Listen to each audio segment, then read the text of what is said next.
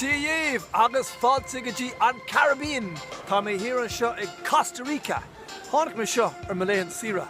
Ach inis tá sé hís tite me seo Tionchar mór Calypso le ceiliúradh Walter Ferguson. Ach cé Walter Ferguson agus cad é héin Calypso. Cé tá mé seo inis le speisialta sainneol faoi an ceol Calypso agus cuireadh ealaíontóir seo sa Talamanca, Caribbean. Hello to everybody, pura vida.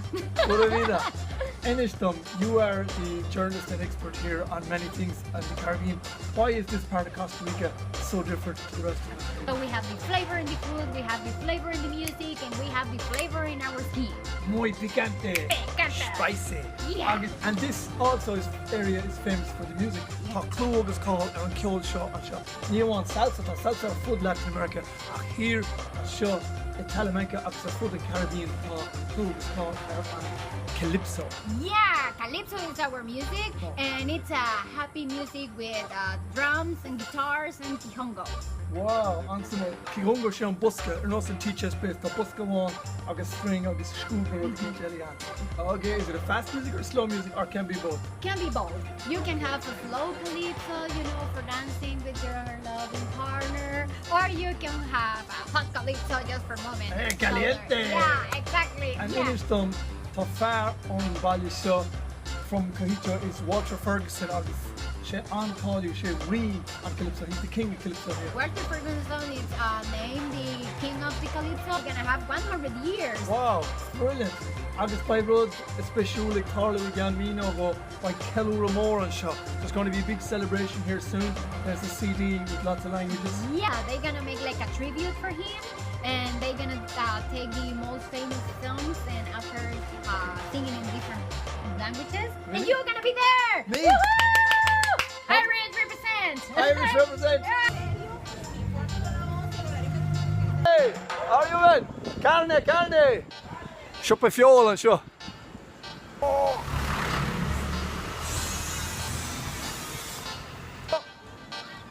Hey!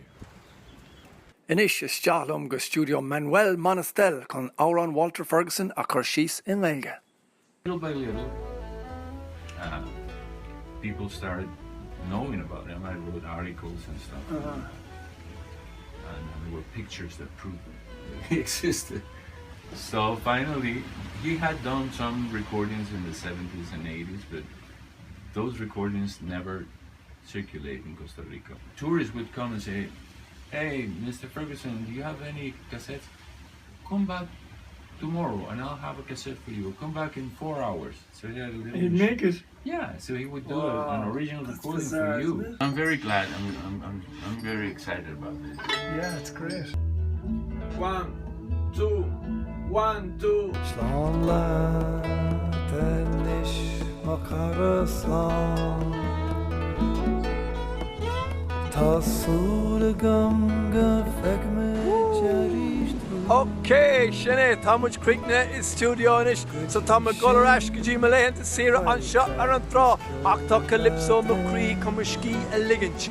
Happy birthday mór go Walter, brella honna Walter Ferguson a bhés céad bliain ar an pod imrína agus inis cá mo golavali, well no, mo golavali, tá mo gol go Panama beidir. Sinné ón Caribbean. Adios, amigos!